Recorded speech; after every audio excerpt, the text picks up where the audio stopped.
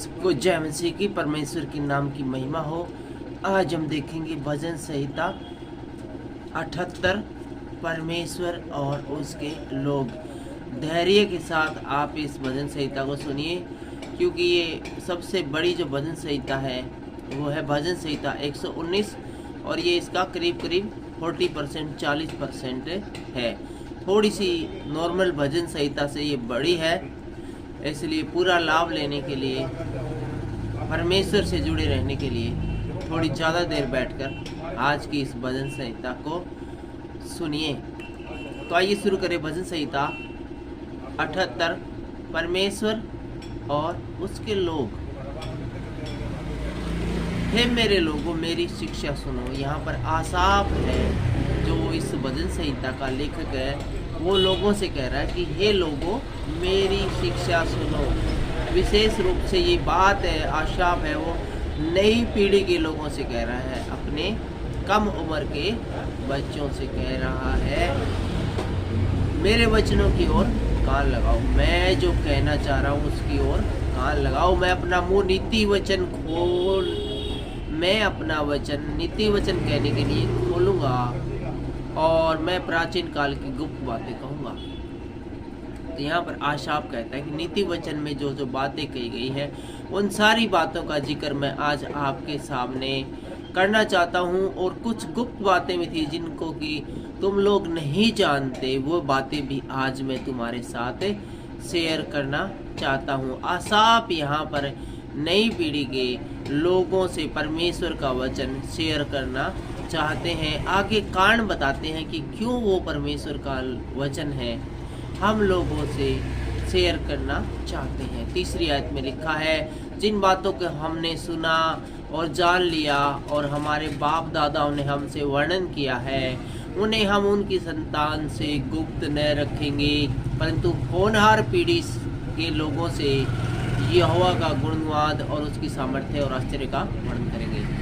भाई, जिन लोगों ने हमारे बाप दादाओं पूर्वजों ने देखा था, उन्होंने जाना था, वही बातें आने वाली पीढ़ी को बताना बहुत ज़रूरी है कि किस प्रकार से परमेश्वर ने लोगों की भलाई के लिए क्या क्या बड़े और सामर्थ्य के काम किए थे।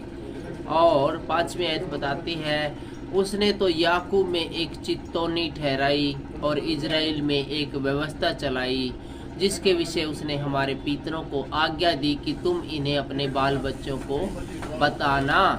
तो परमेश्वर की ये आज्ञा है कि हम परमेश्वर के नाम का प्रचार है वो आने वाली पीढ़ी को बताएं। और 6ठी आयत में लिखा है कि आने वाली पीढ़ी के लोग, अर्थात जो बच्चे उत्पन्न होने वाले हुए, इन्हें जाने और अपने अपने बाल बच्चों सा इनका बखान करें। और हमें परमेश्वर ने आज्ञा दी कि हम अपने बच्चों को वो सारी बातें जो कि परमेश्वर ने इस दुनिया में, इस धरती पर की है, वो अपने बच्चों को बताएं, ताकि वो भी आने वाली पीढ़ी को, अपने बच्चों को इन बातों को बताएं, और उसके बाद उनके बच्चों को परमेश्वर की महान गाथा है उसका वर्णन करें। और ये सिलसिला पीढ़ी दर पीढ़ी चलता रहे, ताकि परमेश्वर के नाम जो महान है उसका गुणगान होता रहे। 7वीं आयत में लिखा हुआ है, जिससे कि वे परमेश्वर का भरोसा रखें। परमेश्वर पर लगातार भरोसा बनाए रखने के लिए बेहद ज़रूरी है कि हम उसकी बातों पर विश्वास करें, वचन को सुने, वचन को ग्रहण करें, वचन पर चलने का प्रयास करें, जिससे वे परमेश्वर पर भरोसा रखें और परमेश्वर के बड़े कामों को भूल न जाए। हमें परमेश्वर के बड़े बड़े काम जो किए उनको किसी भी कीमत पर भूलना नहीं है, परंतु उसकी आज्ञाओं का पालन करते रहें। और 8वीं आयत में लिखा हुआ है, और अपने पितरों के समान न हो। हमारे जो बुजुर्ग थे, हमें उनके समान नहीं होना है, क्योंकि उस पीढ़ी के लोग तो हठीले और झगड़ालू थे। पुराने समय के लोग हठीले भी थे, हट करते थे, जिद्दी किस्म के थे, और छोटी सी बात के ऊपर उनका टेम्परेचर हाई हो जाता था, लड़ने मरने के लिए एकदम तैयार रहते थे। और उन्होंने अपना मन सितरने किया, लेकिन उनका मन सितर नहीं था, चंचल मन के थे। 1 सेकंड में उनका मन है वो बदल जाता था, विशेष रूप से परमेश्वर की ओर से फिरकर शैतान की ओर हो जाता था। और न उनकी आत्मा परमेश्वर की ओर सच्ची रही। उन लोगों की आत्मा परमेश्वर की ओर सच्ची कभी नहीं रही, परमेश्वर के प्रति वफादार वो लोग हैं वो कभी भी नहीं रहे। ऐसा 9वीं आयत में विशेष रूप से बताया गया है। और 9वीं आयत में इस प्रकार से लिखा गया है, एक सेकंड का टाइम है। ए प्रिय ने तो शस्त्रधारी और धनुर्धारी होने पर भी युद्ध के समय पीठ दिखाई। ए प्रिय में थे वो, उनके पास बहुत सारे शस्त्र थे और बहुत सारे धनुष चलाने वाले थे, फिर भी उन लोगों ने युद्ध के समय पीठ दिखा दी थी। वो युद्ध के समय भाग गए थे। उन्होंने परमेश्वर की वाचा पूरी नहीं की, क्योंकि उन्होंने परमेश्वर की वाचा है, परमेश्वर का जो वादा है, परमेश्वर ने जैसा कहा था उस बात को पूरी नहीं की और उनकी व्यवस्था पर चलने से इनकार किया। और परमेश्वर की व्यवस्था पर पूरी तरह से चलने से उन्होंने इनकार कर दिया। उन्होंने उनके बड़े बड़े कामों को और जो आश्चर्य कर्म उन्होंने उसके सामने किए थे उनको भुला दिया। और क्या किया था उन लोगों ने? उनकी हार का मुख्य कारण क्या था कि परमेश्वर ने उनके सामने, उनके मध्य में, उनके साथ में बड़े बड़े आश्चर्य के काम किए थे, लेकिन उन लोगों ने उन सारे कामों को साइडलाइन कर दिया था, उनको भुला दिया था। और 12वीं आयत कहती है, उसने तो उनके बाप दादाओं के सम्मुख मिस्र देश के सोवन के मैदान में अद्भुत कर्म किए थे और वे भूल गए थे कि उनके पूर्वजों के सामने, उनके बापों के सामने, उनके दादाओं के सामने परमेश्वर ने सोवन के मैदान में कितने अद्भुत काम किए थे। उसने समुद्र को 2 भाग करके उन्हें पार करा दिया था। बहुत जल्दी वे भूल गए थे कि समुद्र को बीच से चीरकर समुद्र के बीच में हाईवे बनाकर परमेश्वर ने उनको शॉर्टकट है वो समुद्र के बीचों बीच ही निकाल दिया था। उन लोगों को समुद्र पार करना ने, समुद्र को साइड से पार करना नहीं पड़ा। यदि उनको समुद्र के बीच से पार न कराते तो उनको हो सकता है सैकड़ों हजारों किलोमीटर और आगे चलकर तब उनको उस रास्ते पर जाना पड़ता, तो बेहद दूर पड़ता। लेकिन परमेश्वर ने वेरी शॉर्टकट उनको पर समुद्र को 2 भाग करके बीचों बीच निकाल दिया था। पुराना नियम जिन लोगों ने पढ़ा वो सब इस बारे में जानते हैं। और 13वीं आयत कहती है, उसने समुद्र को 2 भाग करके पार निकाल दिया और जल को ढेर के समान खड़ा कर दिया। जैसे कि हम पराली का ढेर लगाते हैं या किसी भूसे का ढेर लगाते हैं, इसी प्रकार से परमेश्वर ने जल का ढेर लगा दिया था। जिस प्रकार की बर्फ की ढेरियाँ लगा दी जाए सीलियों की, इसी प्रकार परमेश्वर ने जल का ढेर लगा दिया। जल का ढेर परमेश्वर के अलावा कोई भी नहीं लगा सकता, क्योंकि जल बिखर जाता है। जैसे ही जल को एक जगह रखेंगे वो बिखर कर चारों ओर चला जाता है। और 14वीं आयत में लिखा हुआ है, उसने दिन को तो बादल के खम्भे से और रात भर अग्नि के प्रकाश के द्वारा उनकी अगुवाई की। और किस प्रकार से बादल के खम्भे से और अग्नि के द्वारा रात भर उनका सफर को जारी रखने के लिए उनकी अगुवाई की, उनको रास्ता मार्ग बताया उनको कि किस प्रकार किस ओर उनको चलना है। उनके पास किसी प्रकार का जीपीएस नहीं था, किसी प्रकार का मैप नहीं था, कोई उनके सामने ऐसा कोई मार्ग नहीं था जिस पर चलकर वे मिस्र से निकलकर इजराइल में परमेश्वर के बताए हुए नगर में पहुंच सके। इसलिए परमेश्वर स्वयं उनके आगे आगे चलता था बादल के रूप में और अग्नि के प्रकाश के रूप में, ताकि वो किसी प्रकार के खतरे में न पड़े और सीधे जहां पर पहुंचाना चाहता परमेश्वर पहुंचा। इतना बड़ा काम परमेश्वर ने उनके बाप दादाओं के साथ किया था, लेकिन उन लोगों ने बड़ी जल्दी इस काम को भूल गई थी। और 15वीं आयत में लिखा है, वह जंगल में चट्टाने फाड़ कर मानो उनको गहरे जलाशयों से मनमाना पिलाता था। और जंगल में जहाँ पर कि पानी मिलता नहीं था कहीं पर भी, वहाँ पर परमेश्वर ने पहाड़ों को उखाड़ डाला और चट्टानों को फाड़ कर उसमें से बढ़िया मिनरल वाटर से भी अच्छा पानी निकाल कर उन लोगों को पिलाया था।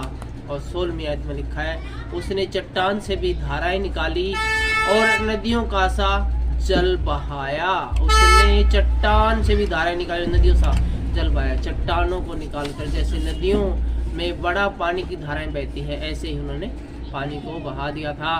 कभी वे उसके विरुद्ध अधिक पाप करते गए। इतना बड़ा काम करने के बावजूद, परमेश्वर के इतने बड़े काम करने के बावजूद ये लोग परमेश्वर के विरुद्ध और भी बड़ा काम करते गए और निर्जल देश में परम प्रधान के विरुद्ध उठते गए। अपनी चाह के अनुसार भोजन मांगकर मन ही मन परमेश्वर की परीक्षा की। तो उन्होंने फिर कहा कि चलो परमेश्वर को ट्राई करके देखते हैं कि परमेश्वर में अब वही सामर्थ्य है, वही शक्ति है कि नहीं। तो परमेश्वर से कुछ खाने पीने की बढ़िया चीज़ें मंगा कर हम देखते हैं। और 19वीं और 20वीं आयत में इस विषय में लिखा गया है, वे परमेश्वर के विरुद्ध बोले और कहने लगे, क्या परमेश्वर जंगल में मेज लगा सकता है? अर्थात क्या परमेश्वर जंगल में महफिल सजा सकता है? क्या खाने पीने के लिए बहुत सारा सामान इस जंगल में जहाँ पर भी कोई सामान नहीं मिलता, क्या परमेश्वर यहाँ पर बिल्कुल जैसे शादी विवाह में टेंट लगते हैं ऐसे टेंट लगा सकता है क्या? और 20वीं आयत कहती है, उसने चट्टान पर मार के जल बहा तो दिया और धाराएं उमड़ चली, परंतु क्या वह रोटी भी दे सकता है? वो बोले, भाई बड़े काम हमने किए, भाई जल तो बहा दिया उसने और पीने के लिए पानी दी और बहुत काम किए, लेकिन क्या वो इस जंगल में जहाँ पर भी कुछ नहीं है, क्या परमेश्वर रोटी भी दे सकता है क्या? क्या वह अपनी प्रजा के लिए मांस भी तैयार कर सकता है क्या? क्या वो मांस और रोटी भी इस जंगल में दे सकता है क्या? ऐसा उन लोगों ने परमेश्वर की परीक्षा करने के लिए आपस में है वो वार्तालाप किया और परमेश्वर ने इस बातचीत को सुन लिया। और 21वीं और 22वीं आयत में परमेश्वर ने क्या किया ये देखते हैं। यहोवा सुनकर क्रोध से भर गया, तब याकूब के बीच से आग निकली। यहोवा ने जब ये सुना तो वो क्रोध से भर गया और याकूब के बीच से आग निकली और इजराइल के विरुद्ध क्रोध भड़का। और इजराइलियों के विरुद्ध है परमेश्वर का क्रोध है बेहद भड़का, इसलिए कि उन्होंने परमेश्वर पर विश्वास नहीं रखा। जब आप और हम और लोग हैं परमेश्वर पर भरोसा नहीं रखते हैं, उस पर विश्वास नहीं रखते हैं, उसकी बचाने की क्षमता, उसकी बचाने की सामर्थ्य पर पूरा भरोसा नहीं करते, क्या पता परमेश्वर बचाएगा या नहीं बचाएगा, क्या पता परमेश्वर हमारी प्रार्थना को सुनेगा नहीं सुनेगा। हम परमेश्वर के पीछे चलना छोड़कर अपने आप पर भरोसा रखते हुए लोगों से सहायता मांगना शुरू कर देते हैं और इस बात के ऊपर परमेश्वर को क्रोध आता है और फिर वो हमें आशीष के बदले में है वो ताड़ना भी दे सकता है। इसलिए उन्होंने परमेश्वर पर भरोसा नहीं रखा और उसकी उद्धार करने की शक्ति पर भरोसा न किया। और 23वीं आयत से जब हम पढ़ते हैं आगे तो लिखा हुआ है, तो भी उसने आकाश को आज्ञा दी और स्वर्ग के द्वारों को खोल दिया। लेकिन इतने गुस्से में होने के बावजूद परमेश्वर ने क्या किया कि आकाश को आज्ञा दी और उसने स्वर्ग के द्वारों को खोल दिया। आकाश की तरफ हम देखते हैं तो वो चारों ओर से बंद है, एक गोल गोल दिखाई देता है, छतरी सा, एक लिमिट के बाद हमें दिखाई नहीं देता है। और लेकिन परमेश्वर ने आकाश को कहा कि तू है ना स्वर्ग के द्वारों को खोल दे और उसने उनके खाने के लिए मन्ना बरसाया और उन्हें स्वर्ग का भोजन दिया। परमेश्वर ने उन लोगों के लिए मन्ना नामक भोजन है बरसाया जो कि स्वर्ग का भोजन था। और 25वीं आयत में इस प्रकार से लिखा हुआ है, मनुष्य को स्वर्गदूतों की रोटी मिली, उनको मनवाना भोजन मिला। जो स्वर्गदूत रोटी खाते हैं वो रोटी परमेश्वर ने मनुष्य को खाने के लिए दी और जैसा में भोजन चाहते थे परमेश्वर ने उनको वैसा ही भोजन दे दिया। उसने आकाश में पूर्वाई को बहाया और अपनी शक्ति से दक्षिणी बहाई और उनके मांस धूलि के समान बहुत बरसाया। परमेश्वर ने है मांस की बरसात कर दी और समुद्र के बालू के समान अनगिनत पक्षी भेजे और हजारों लाखों पक्षियों को परमेश्वर ने भेजा और उनकी छावनी के बीच में उनके निवासों के चारों ओर गिराई। चारों ओर उनके आकर पक्षी अपने आप ही गिरने लगे। जो लोग कहते हैं या सोचते हैं कि जब नूह ने जहाज बनाया तो इतने सारे पक्षी पशु पक्षियों को परमेश्वर ने किस प्रकार से एक जहाज पर गिरा दिया, उन लोगों के लिए ये लाइन विशेष रूप से है। इसमें लिखा 28वीं आयत में कि और उनकी छावनी के बीच में उनके निवासों के चारों ओर गिराए। पक्षी उड़ उड़ कर उनकी छावनी के बीच में आकर गिरने लगे ताकि वो उनको मारे और मार कर खाए। और 29वीं आयत से ऐसा लिखा हुआ है, वे खाकर अति तृप्त हुए और उसने उनकी कामना पूरी की और उनकी कामना बनी रही और उनका भोजन उनके मुंह में था कि परमेश्वर का क्रोध उन पर भड़का और उसने उनके हष्ट पुष्टों को घात किया और इजराइल के जवानों को गिरा दिया। वो लोग जी भर के खा ही रहे थे, मांस खाकर बड़े खुश हो रहे थे और बारी बारी से खा रहे थे और उनका भोजन उनके मुंह में था कि परमेश्वर का उनके ऊपर क्रोध भड़का और परमेश्वर ने उनके जवान हष्टपुष्ट जवानों को घात किया, क्योंकि उन्होंने परमेश्वर के विरुद्ध बोला था। 19वीं आयत में बोला था, एक बार दोबारा पढ़ दो 19वीं आयत है। वे परमेश्वर के विरुद्ध बोले और कहने लगे, क्या परमेश्वर जंगल में मेज लगा सकता है? ठीक है, इस प्रकार से परमेश्वर की परीक्षा की थी।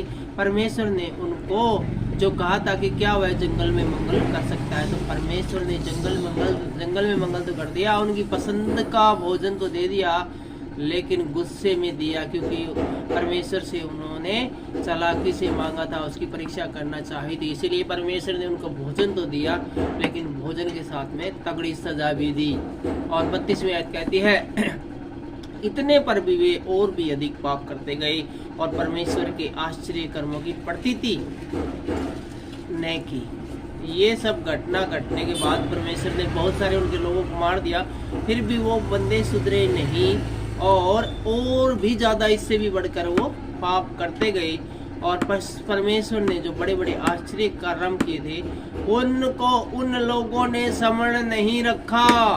और 33वीं और 34वीं आयत में फिर परमेश्वर ने क्या किया, जब उन लोगों ने परमेश्वर के बड़े बड़े कामों को जब समझ नहीं रखा तो परमेश्वर ने क्या किया, ये हम देखते हैं 33वीं और 34वीं आयत, जिसमें लिखा है, तब उसने उनके दिनों को व्यर्थ श्रम में, तब उसने उनके दिनों को व्यर्थ श्रम में, ये बड़ी लाइन इंपॉर्टेंट है। तब उसने उनके दिनों को व्यर्थ श्रम में, मतलब तब परमेश्वर ने क्या किया कि उनके जो दिन थे उनको व्यर्थ श्रम में, अर्थात ऐसी मेहनत करने में लगा दिया जो मेहनत यदि वो नहीं करते तो भी काम चल जाता। ये बात उनके लिए अति महत्वपूर्ण है, जो कि चर्च में ये सोचकर जाने से बचते हैं कि वहाँ पर 4-5 घंटे खर्च हो जाएंगे, संडे को जाऊँगा तो इससे कहीं अच्छा है कि मैं 4-5 घंटे की एक्स्ट्रा आवर टाइम करके है वो और ज़्यादा पैसा कमाऊँ। तो ऐसा लोग जब सोचते हैं और ऐसा सोच कर चर्च में नहीं जाता है, तो परमेश्वर उन लोगों के दिनों को भी श्रम में लगा देता है। उनको ऐसे ऐसे काम करने पड़ते हैं, जैसे कि यदि वो नहीं करते हुए काम तो भी काम चल जाता है। जैसे सपोज करो कि उनके घर में कोई बीमार हो गया और उसको 8, 10, 15, 20 दिन 2 महीने हॉस्पिटल में रखना पड़ा, तो पूरा घर है वो उसकी देखभाल के लिए हॉस्पिटलों के चक्कर लगाता रहता है, जबकि वो बीमार नहीं होता तो वहाँ पर चक्कर नहीं लगाने पड़ते। इसी प्रकार से परमेश्वर कष्ट देता है, दुख देता है, तकलीफ देता है, जब हम उसके उपकारों को भूल जाते हैं, उसके पीछे चढ़ना हम छोड़ देते हैं। और 34वीं आयत कहती है, जब वह उन्हें घात करने लगा तब वे उसको पूछते थे। जब परमेश्वर उनको मारता था, पीड़ाएं दुख तकलीफ देता था, तब वे परमेश्वर को पूछते थे और परमेश्वर के पास आ जाते थे और फिर परमेश्वर को यत्न से खोजने लगते थे। और 35वीं, 36वीं और 37वीं आयत कहती है, उनको समझ आता था कि परमेश्वर हमारी चट्टान है। जब परमेश्वर उनको दुख देता था तब उनको कहता था, परमेश्वर ही हमें बचाने वाला हमारी चट्टान है और परम प्रधान हमारा छुड़ाने वाला है। तो भी उन्होंने उसकी चापलूसी की, वे उससे झूठ बोले। फिर भी वे लोग हैं परमेश्वर की चापलूसी करते थे, उससे झूठ बोलते थे, क्योंकि उनका हृदय उनकी ओर दृढ़ न था, क्योंकि परमेश्वर की ओर उनका हृदय दृढ़ न था। आपका और हमारा मन है वो परमेश्वर की ओर है, पूर्ण रूप से दृढ़ होना चाहिए, एकाग्रचित्त होना चाहिए और परमेश्वर के अलावा हमें और कहीं दाएं बाएं देखना भी नहीं है। न वे उसकी वाचा के विषय सच्चे थे और परमेश्वर से जो वादा किया था उसके विषय में भी वे जो लोग थे वो सच्चे नहीं थे। और आगे हम 38वीं और 39वीं आयत की ओर बढ़ते हैं, तो वह पर इस प्रकार से लिखा गया है, परंतु वह तो दयालु है, वह उनके अधर्म को ढांपता और उन्हें नष्ट नहीं करता। लेकिन परमेश्वर इन सब बातों के बावजूद भी, इन लोगों की इतने हठेली होने के बावजूद भी परमेश्वर ने इन्हें पूर्ण रूप से नहीं मारा, क्योंकि परमेश्वर है वो दयालु है। परमेश्वर कौन है? परमेश्वर दयालु है और वो हमारे अपराध अधर्मों को क्या करता है? ढांपता है। क्या करता है? ढांप देता है और हम लोगों को नष्ट नहीं करता है। वह बार बार अपने क्रोध को ठंडा करता है। परमेश्वर अपने क्रोध को बार बार हर बार ठंडा करता है और अपनी जलजलाहट को पूरी रीति से भड़कने नहीं देता। अपने पूरे गुस्से को परमेश्वर कभी भी भड़कने नहीं देता। कहीं ऐसा ना हो कि जिस प्रकार की नूह के समय में परमेश्वर का पूरा गुस्सा भड़का था और उसने सभी मनुष्य को, पृथ्वी के सभी मनुष्यों को नूह ने पृथ्वी समेत ही समाप्त कर दिया था। पृथ्वी समेत ही उनको समाप्त कर दिया था। ये सारी बातें हम देखते हैं और उनको समझना।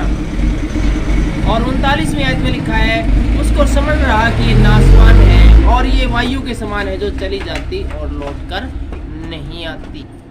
और 39वीं आयत को एक बार फिर से देखते हैं तो यहाँ पर लिखा हुआ है, उसको समझ रहा कि ये नासवान है और ये वायु के समान है जो चली जाती और लौट कर नहीं आती है। परमेश्वर ने अपना पूरा क्रोध कभी इसलिए नहीं भड़काया क्योंकि परमेश्वर जानता है कि मनुष्य है वो नाश होने वाली वस्तु है और बिल्कुल वायु के समान है, हवा के समान है जो चली जाती है और लौट कर नहीं आती है। और 40वीं आयत कहती है, उन्होंने कितनी ही बार जंगल में उससे बलवा किया। परमेश्वर के साथ लोगों ने कितनी ही बार बलवा किया, झगड़ा किया और निर्जल देश में उनको उदास किया। और निर्जल जो देश थे जहाँ पर कुछ भी नहीं था, सुनसान देश थे, वहाँ पर इन लोगों ने परमेश्वर को निराश किया, अर्थात परमेश्वर के पीछे नहीं चले और अपनी ही इच्छा पूरी करने में लगे रहे। 41-42वीं आयत कहती हैं, वे बार बार परमेश्वर की परीक्षा करते थे, बार बार परमेश्वर की परीक्षा करते थे, उस परमेश्वर की परीक्षा करते थे जो कि उन्हें इजराइल से छुड़ाकर लाया था और इजराइल के पवित्र को खेदित करते थे। इससे इजराइल का जो पवित्र है, जो परमेश्वर है, वो बार बार खेदित होता था, उदास होता था। 42वीं आयत कहती है, उन्होंने न तो उसका भुजबल स्मरण रखा और न वह दिन जब वह उनको उनके द्रोही के वश से छुड़ा कर लाया था। और लोग भूल गए थे कि परमेश्वर उनको थोड़ी सी देर पहले, कुछ समय पहले ही 450 सालों की गुलामी से छुड़ा कर लाए थे। 43वीं और 44वीं आयत में लिखा हुआ है कि उसने कैसे कैसे चिन्ह मिस्र में दिखाए थे, ये बात भी भूल गए थे। और अपने चमत्कार शोवन के मैदान में किए थे, वो भूल गए। उसने तो मिस्रियों की नदियों को लहू बना डाला था, इस बात को भी उन लोगों ने समझ नहीं रखा और अपनी नदियों का जल पी न सके। और आगे 45वीं आयत में हम देखते हैं कि उसने उनके बीच में डांस भेजे, उन्होंने उसको काट खाया। और जब लोगों की हरदर्मी बढ़ती गई तो परमेश्वर ने उनके बीच में डांस को भेजे जिन्होंने की मनुष्य को काट खाया, और मेंढक भी भेजे जिन्होंने उनका बिगाड़ किया। और उसने उनकी भूमि की उपज कीड़ों को और उनकी खेतीबाड़ी टिड्डियों को खिला दी। उसने उनकी दाखलताओं को ओलों से और उनके गुल्लर के पेड़ों को बड़े बड़े पत्थर बरसाकर नष्ट कर दिया। और 48वीं आयत में हम देखते हैं, उसने उनके पशुओं को ओलों से और उनके ढेरों को बिजलियों से मिटा दिया। उसने उनके ऊपर अपना प्रचंड क्रोध और रोष भड़काया और उन्हें संकट में डाला और दुखदाई दुखों का दल भेजा।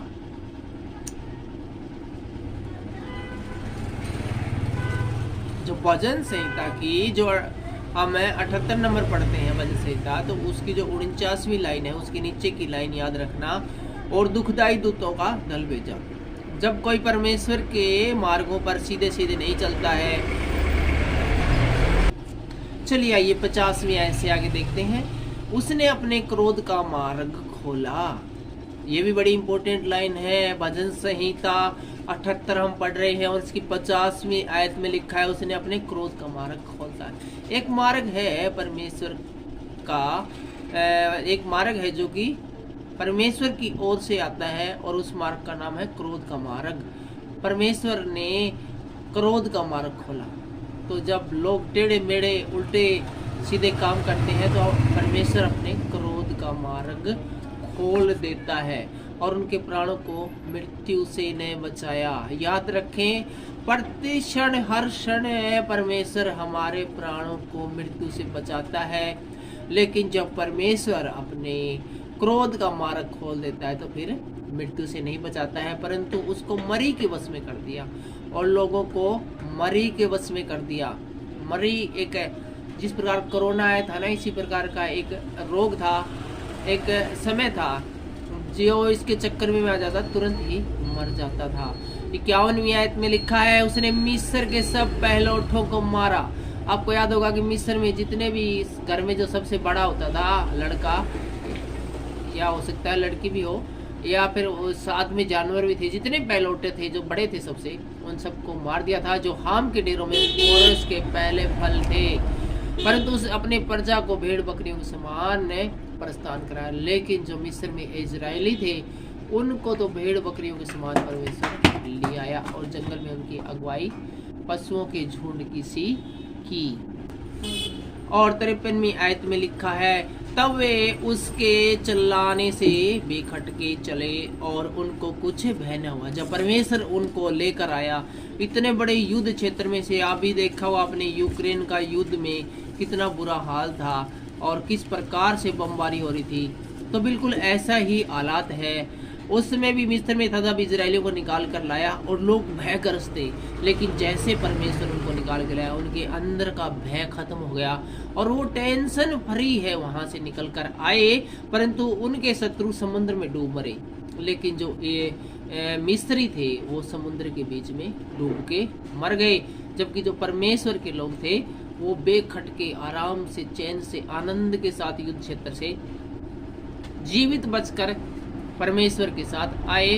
54वीं आयत में लिखा है, उसने उनको अपने पवित्र देश की सीमा तक इसी पहाड़ी देश में पहुंचाया जो उसने अपने दाहिने हाथ से प्राप्त किया था।